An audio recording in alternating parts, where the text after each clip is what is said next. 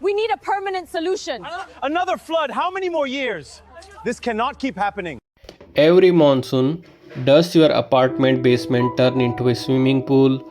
Vehicle get damaged, electrical systems are at risk, and residents are left wondering, why does this keep happening? The basement flooding is not always because of an unusually heavy rainfall.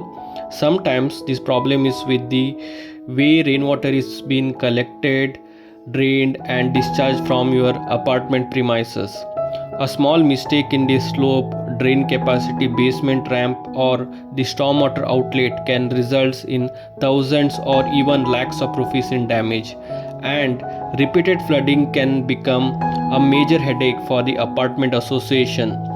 Good news is that this risk can be identified before the next monsoon. A proper drainage and flood risk assessment can show where water is coming from, why it is entering the basement, and what can actually be done about it. If your apartment faces the basement flooding, don't just wait for the next rain. Understand the problem and fix it before it becomes expensive.